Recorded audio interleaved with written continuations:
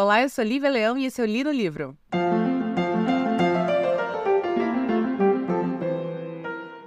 Pois muito que bem, ainda durante o retorno de férias, então meio lento ainda para gravar, mas hoje eu queria trazer um livro bem bacana que eu li logo no comecinho do... Na verdade eu li entre o final e o começo do ano, lá pela última semana de dezembro, primeira semana de janeiro, chamado O Beco das Ilusões Perdidas, The Nightmare Alley, 1946, do William Lindsay Gresham.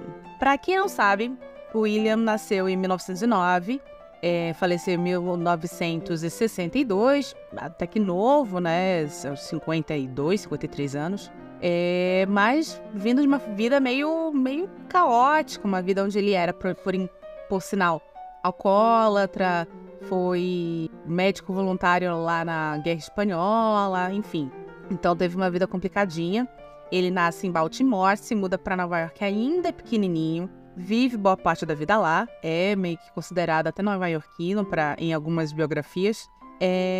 Na infância adorava ir para Coney Island, que é uma pontinha ali do Brooklyn, e onde tem praias, que tem duas praias, se não me engano, uma chamada Manhattan Beach e outra eu não vou lembrar o nome. E eu não conheci quando eu fui, né, ano passado. E tem muitas atrações, né, tem um parque de diversão lá, e tem muita atração. E você tem em Coney Island essa organização de atração muito antiga. E aí você tem algumas situações, algumas séries que passam por Coney Island. Você tem Estação Coney Island. Aliás, no musical, que é a continuação do Fantasma da Ópera, Love Never Dies, se passa em Coney Island.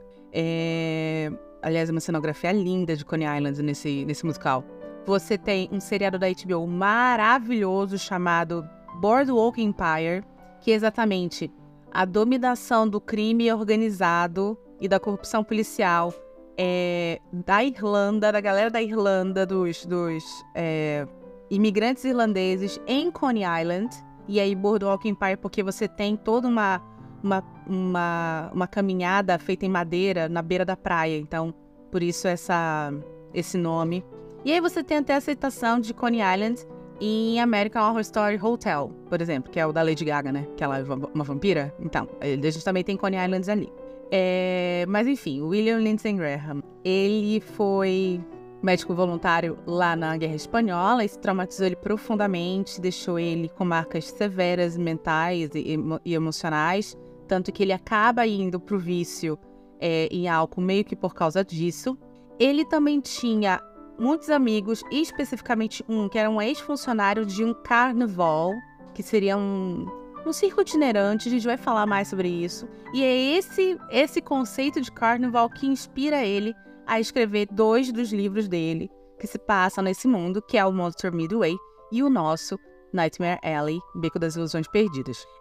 Eu preciso que vocês entendam o que é um carnaval, e assim como eu vou precisar que vocês entendam o que é o subgênero romance noir, porque exatamente é isso que o Nightmare Alley é. Ele é um romance noir que se passa no carnaval. Não confundir esse carnaval aqui com carnaval mesmo, que é ali uma festividade que nasce na Idade Média, antes da 47 dias antes da Páscoa.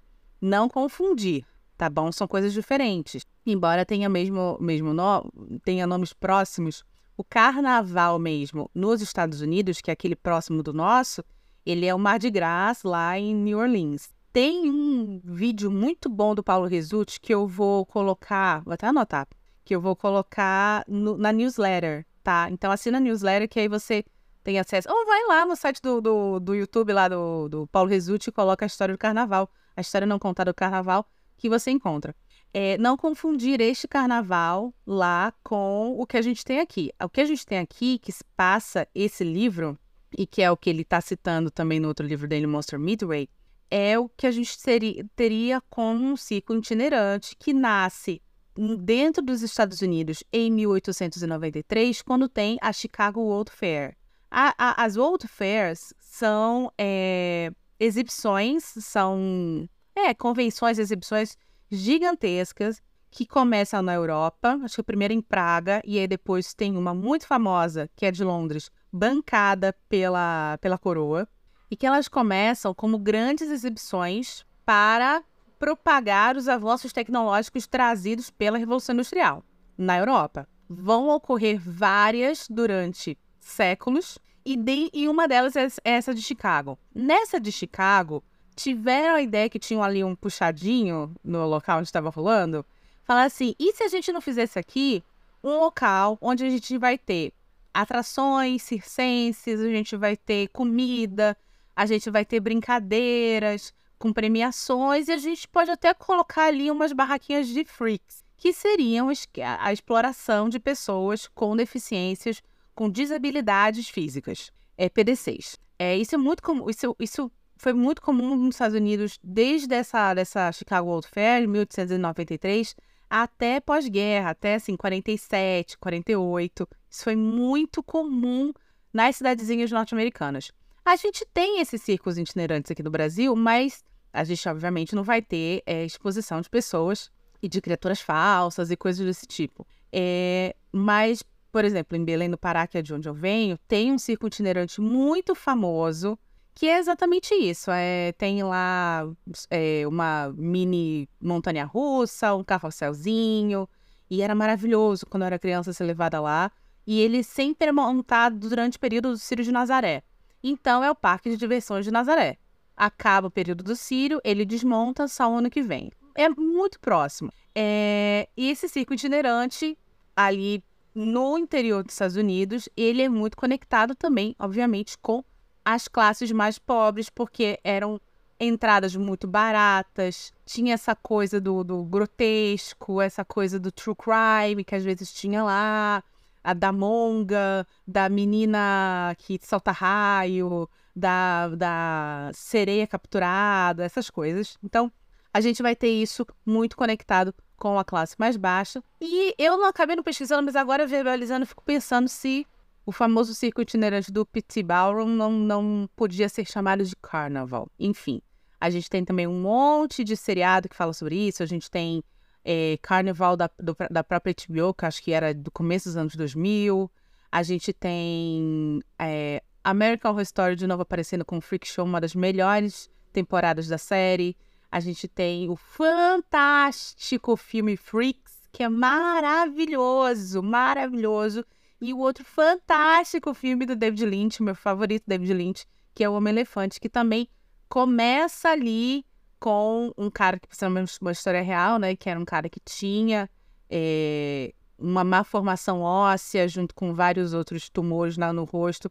Era chamado de Homem-Elefante em shows itinerantes de freaks, até que ele é resgatado e sendo tratado por um médico na Inglaterra, onde descobrem a vida dele. É lindo esse filme, tristíssimo, tristíssimo, mas belíssimo, um filme muito, muito sensível.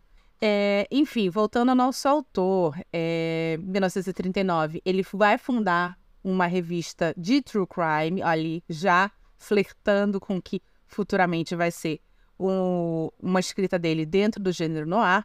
Se casa novamente, tem 2 filhos. Ele era mais uma vez um alcoólatra com problemas de saúde mentais muito sérios. E daí pra frente, amigo, a vida dele é uma loucura. Os próximos 30 anos da vida dele, 20, 30 anos da vida dele, são muito loucos, porque ele é judeu, aí ele vai se converter ao cristianismo, porque ele leu C.S. Lewis, e ele fica obcecado com C.S. Lewis, aí ele vai lá pra Inglaterra, aí atrás do C.S. Lewis, e aí ele conhece uma mina que tá fugindo do marido, ela e os 2 filhos pequenos estão fugindo do marido que bate nela, ele se apaixona por ela perdidamente, liga pra esposa e fala assim, ó, tchau, não quero mais casar. E, gente, o cara era alcoólatra, e ela, provavelmente a esposa dele virou pra ele e falou assim, beijo, tchau, tá ligado? Se divorcia dela, casa com essa menina, e aí ele vai ficar obcecado com desmascarar médiums falsos, que era uma coisa bem inglesa, né? Arthur Conan Doyle também faz isso muito. E ele vai escrever um livro sobre Houdini. Enfim, gente, é uma loucura a vida desse cara, até que lá por volta de 1962 ele vai se descobrir como tendo câncer de língua e ele vai vir a falecer das decorrências dessa doença. Doença muito comum para pessoas que bebem muito, tá? Não é só cirrose, não. Enfim. Segundo conceito que eu preciso que vocês entendam antes da gente entrar realmente na história do livro. Noir. Noir é um subgênero de um gênero maior, que é o gênero de literatura policial. A gente precisa entender uma coisa sobre o subgênero noir. Como a gente está muito acostumado a entender o noir conectado àquelas histórias clássicas de detetive da década de 40, 50, né? De 40, 50, de filmes norte-americanos, hollywoodianos, a gente acha que o gênero noir é um gênero que está totalmente conectado a crime. Totalmente conectado à investigação de um crime. Tem um detetive e tem a investigação desse crime. Porque o clássico do noir é isso. Você tem um detetive, está lá no seu escritório, chega uma femme fatale, pede para ele ajudar em alguma coisa, enfim. O gênero noir não é realmente isso, tá? Ele é um subgênero que vai falar sobre a corrupção institucional e, consequentemente, sobre a corrupção intrínseca à sociedade na qual vivemos. Ele vai ter, obviamente, esse nome por causa de uma publicação de true crime francesa, mas, basicamente, você não precisa ter a figura de um detetive e a figura de uma femme fatale para conseguir ter um livro ou um seriado ou um filme noir. Exemplo, o meu filme noir favorito de todos os tempos, Gilda. Gilda aliás, um dia desse, o André nunca tinha assistido Gilda. Eu e o André, a gente está numa fase que a gente está assistindo filmes que são muito importantes uns para os outros, assim, que a gente nunca assistiu. E aí eu botei ele para assistir Sound of Music, que ele adorou. E qual foi o outro? Ah, mas esse outro foi ele que escolheu, que foi o West Side Story, porque eu sempre falei. Esse ele não curtiu tanto, ele não conseguiu entender o conceito da Maria, do irmão da Maria ser assassinado e ela transar com o assassino dele na mesma noite. Ele não entendeu esse conceito. Ele não entendeu.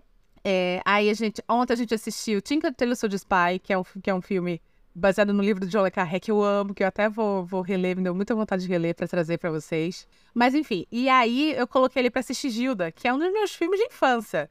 Eu assisti Gilda desde criança incontáveis vezes. E é um filme noir que não tem detetive. Tem femme fatale, mas não tem detetive. E ele detestou, com 20 minutos ele tava dormindo, e aí pro bem do nosso relacionamento eu pedi pra ele ir pra cama dormir e eu continuo assistindo o filme em casa. Mas enfim, outro livro que não tem a figura do detetive e é um livro noir é o próprio Beco das Ilusões Perdidas. Então vamos entrar finalmente nesse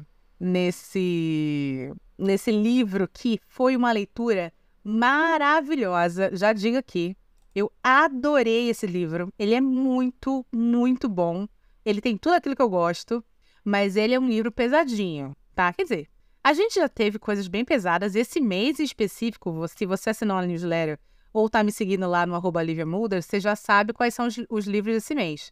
A gente vai ter uns livrinhos bem assim, complicadinhos aqui. Bem tipo Mundinho Cão, Mundinho Pup. E aí, esse aqui tá ali no meio, assim. Eu acho que eu já tô até meio que calejada, nem fico mais tão chocada, assim, quando eu leio umas coisas nesses livros devido à seleção que eu fiz para esse mês. É mês de carnaval, né, gente? Mês tranquilo. Qual é a sinopse? A gente vai falar sobre o Stan Carlyle, que é um menino de 21 anos, que aparece do nada, você não tem passado, você vai descobrir o passado dele conforme a leitura do livro vai ocorrendo. Por enquanto ele é só um cara sem John Doe, sem ontem. E ele aparece nesse freak show, vendo ali as coisas, né, as atrações e tal. Tem uma menina muito bonita que é a Molly, que faz um truque com eletricidade e tal.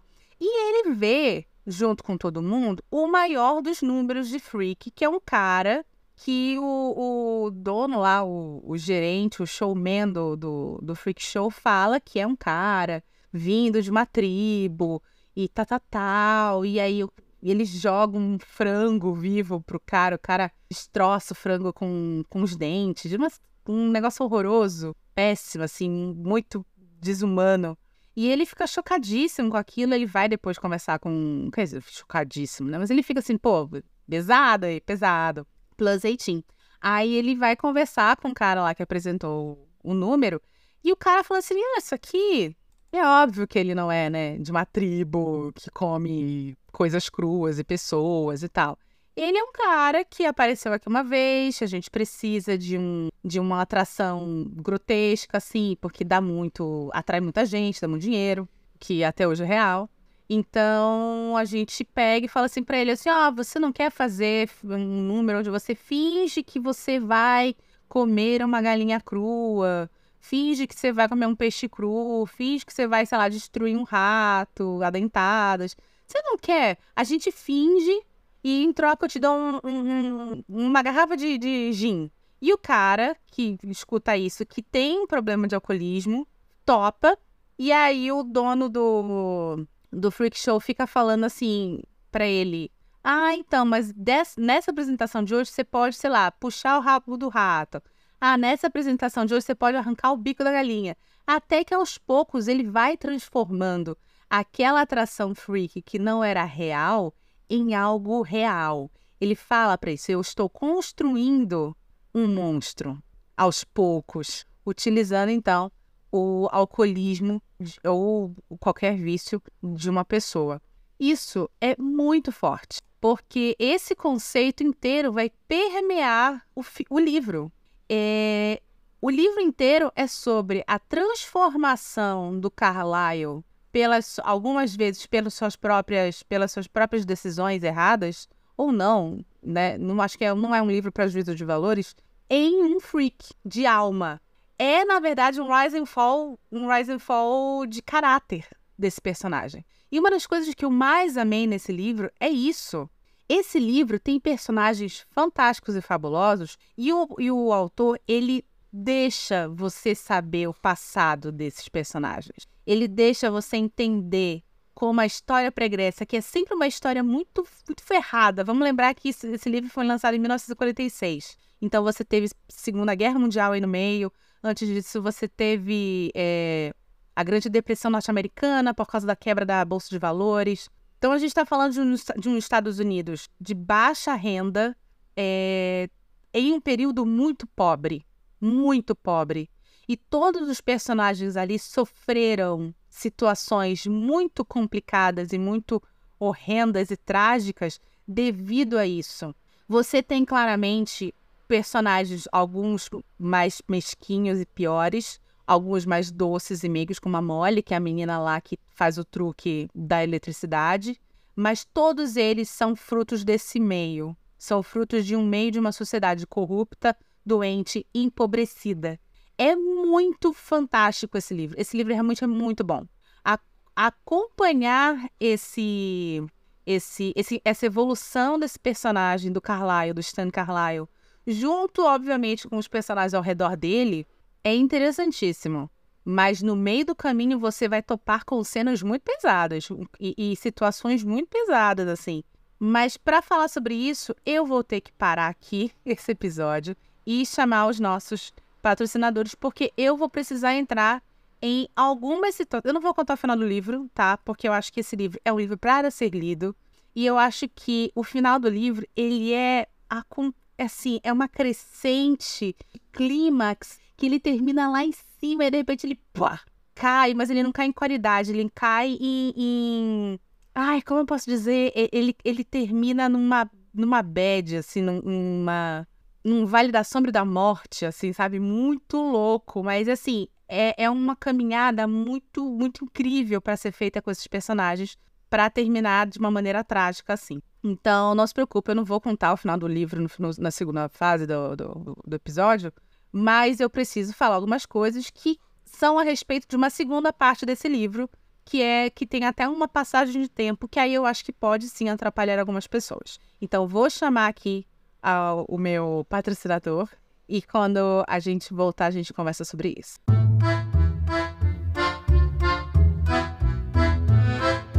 Recado do patrocinador aqui. Já já o episódio continua. Mas antes, quero agradecer a sua audiência e te lembrar que o Li no Livro é um podcast independente e sem patrocínio. Para nos ajudar, é simples. Compartilhe esse episódio com seus amigos e assina a nossa newsletter. O link está na descrição do episódio. Obrigada. Pois muito que bem. O Stan Carlyle, acaba entrando para esse freak show, que é uma comunidade até que bem funcional, na minha opinião. Ele vai conhecer a Molly, que é essa menina órfã, que é adotada por algumas pessoas desse freak show. Menina muito bonita, menina muito boazinha. Ele vai gostar dela, mas em paralelo ele vai ter um caso com uma vidente e ele vai começar, que é casada com um homem que tem problemas de alcoolismo, e ele vai começar a trabalhar com essa vidente que ele está tendo um caso e com o marido dela no número lá de adivinhação. Essa mulher vai ensinar para ele todos os truques que, por sua vez, antes que ensinou para ela foi o marido, até que ocorre uma situação ali que você precisa ler o livro para saber se julgar, né? Se você acha que foi culpa do Stan ou não. Para mim foi, em que um dia o cara tava muito bêbado, ela pede pra ele não beber, e deixa ele com o Stan, fala assim pro Stan, olha, não dá bebida pra ele.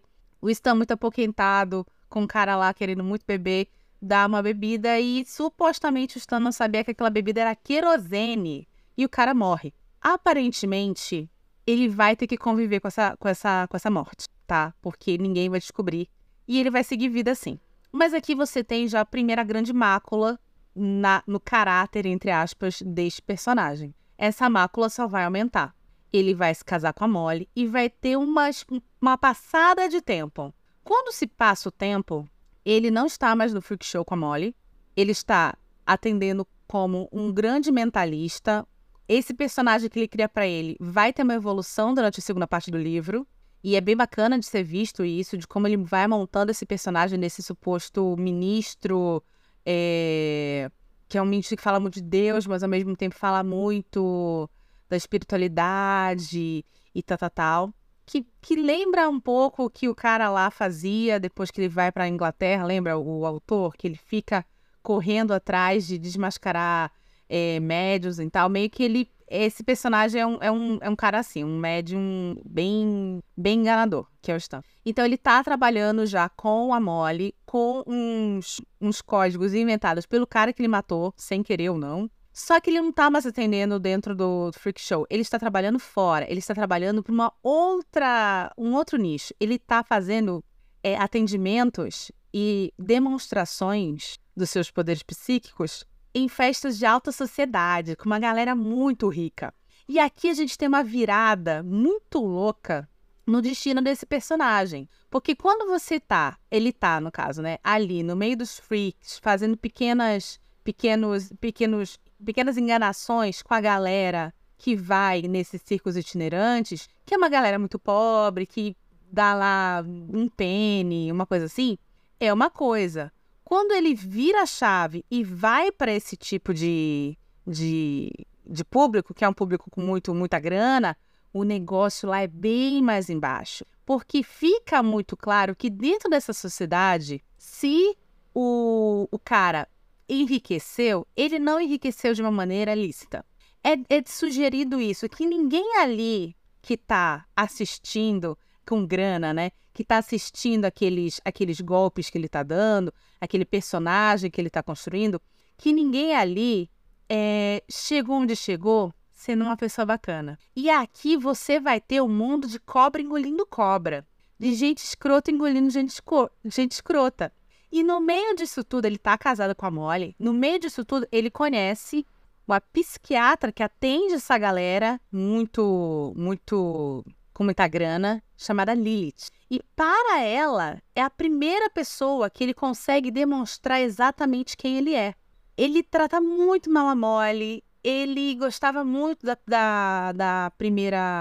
primeiro caso dele lá, que era a vidente, mas é com a Lilith que ele vai se sentir confiante e confortável o suficiente para falar quem ele é realmente. E aí, quando você vai conhecer várias facetas da vida dele, é quando você vai entender várias coisas, o passado dele com o pai, o passado dele com a mãe. E aliás, aqui é uma parte do livro que você fala assim, pô, o nome desse livro devia se chamar Beco do Édipo Rei, porque claramente esse cara, aliás, é até verbalizado isso em um determinado momento do livro. Ele tem um lance com a mãe, ele tem um complexo de Édipo ali pesado. Tanto que ele trata muito bem a vidente, que ele tem um caso. Ele é completamente obcecado com a Lilith, que é uma mulher um pouco mais velha. Agora, com a Molly, ele tá cada vez mais abusivo. Cada vez mais abusivo e manipulador com ela. O que dá muito dó. Aliás, esse livro, que não é ruim, gente, vai sofrer. Vai sofrer, vai sofrer.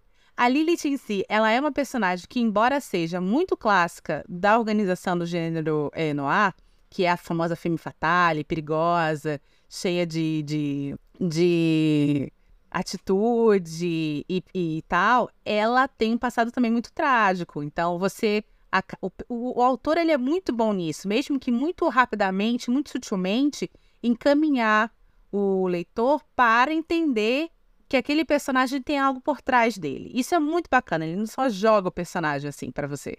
Enfim, eles vão tentar dar um golpe num cara muito rico, que tem um passado pesado com uma menina que ele engravidou, que teve um aborto e morreu, porque foi um aborto super mal feito.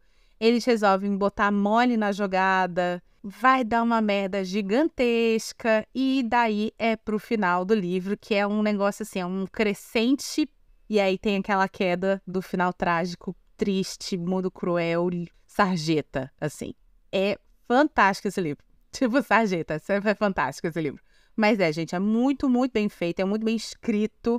Ele teve 2 adaptações cinematográficas, uma em 47, um ano depois que ele é lançado, que eu não vi, nem sei se, na verdade, nem procurei, tá? Mas, enfim.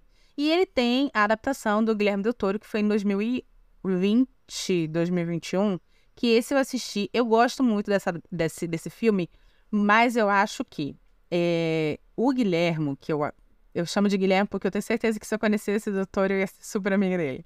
Eu acho que o Guilherme, ele, quando adapta esse livro, ele tira do cerne do livro esse negócio da mãe do Carlyle. E que, para mim, é muito necessário para entender esse personagem. Porque no livro, ele vê a mãe transando com o amante, em seguida a mãe abandonando o pai e ele. E o pai é um cara alcoólatra, super violento.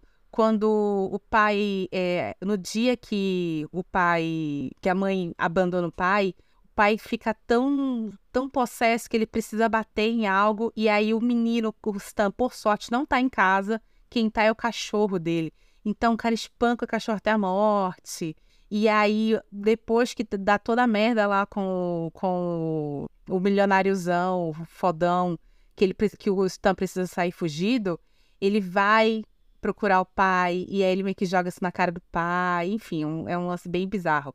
E tem também o relacionamento dele com as mulheres mais velhas, que é a madame lá da vidente do começo e a Lilith. E isso é tirado do filme na minha cabeça, por uma decisão de casting. No filme, ele mata o pai, a mãe abandonou ele, mas não tem o lance dele ter visto a mãe transando com outro cara. No filme, quem faz o Stan desde o começo é o Bradley Cooper, que é um cara já nos seus 40 anos. E aqui a gente tem no livro o Carlyle começando com 21 e se tornando aos poucos o personagem, porque a gente passa anos acompanhando ele durante a narrativa, o personagem que ele é.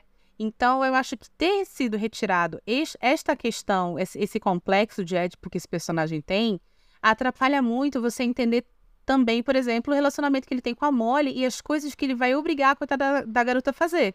Então, sei lá, eu não gosto deste ponto da adaptação, mas em si é muito bacana, é um filme muito legal. E eu adoro a Cate Blanchett fazendo a Lilith. Eu acho que ela é fabulosa fazendo a Lilith. E, como é o Del Toro, visualmente, a situação lá com o velho, que eles vão dar um grande golpe nesse velho, numa noite que ele fica falando pro velho, olha, eu consigo fazer com que você fale com a sua namorada lá, morta, né, que perdeu o bebê, não sei o que e tal. E eles fazem o cara falar com a Molly, achando que é a namorada, até que um dia o cara falou assim, eu preciso de mais do que isso, eu preciso tocar nela. E eles vão, então, obrigar a Molly. No livro, eles querem obrigar ela a transar com o cara. Gente, imagina uma situação dessa. Tu é casada com um cara, ele vira pra você e fala assim, você transa aí com o fulano pra eu dar um golpe nele? Olha que coisa é isso, gente, pelo amor de Deus. Já no filme é uma coisa muito mais visual, porque é o Del Toro, então ele trabalha ali com a coisa fantasmagórica da menina vestida de branco, com sangue, e aí num jardim todo cheio de neve. É uma coisa visualmente, esteticamente muito bonita. É um filme esteticamente muito bonito, mas eu acho que peca em algumas partes na adaptação, principalmente do personagem principal. Que mais? Acho que é isso. Acho que consegui cobrir boa parte do que eu gostei, do que eu não gostei dentro desse livro. Não gostei de pouquíssimas coisas. Achei que esse livro é realmente muito bom, muito redondo, muito interessante. Você quer continuar. E é um livro que por mais que seja Munducão, saborear ele foi muito bom. Não foi um livro que eu meti, porque foi um audiobook, né, que eu peguei. Não foi um audiobook que eu meti 1.2, tá ligado? Foi um audiobook que eu saboreei, porque assim, cada interação, cada evolução, cada passagem de tempo tem um peso, cada lembrança tem um peso naquele personagem, e você vai entendendo, e você vai se desdobrando, assim. É muito legal. É muito, muito, muito bacana. Super recomendo. Beco das Ilusões Perdidas, livro de 1946. Espero que você tenha gostado deste episódio do No Livro. Se você gostou, por favor, compartilhe com seus amigos. Nós estamos nos principais agregadores pagos, agregadores gratuitos. Toda segunda-feira às 17 horas. Última quinta-feira do mês temos episódios especiais aqui no Livro. Assim é a nossa newsletter, se você fica sabendo quais são os próximos livros do mês e também algumas curiosidades sobre os episódios passados, tá bom? Eu sou Lívia Leão e esse foi o Li no Livro.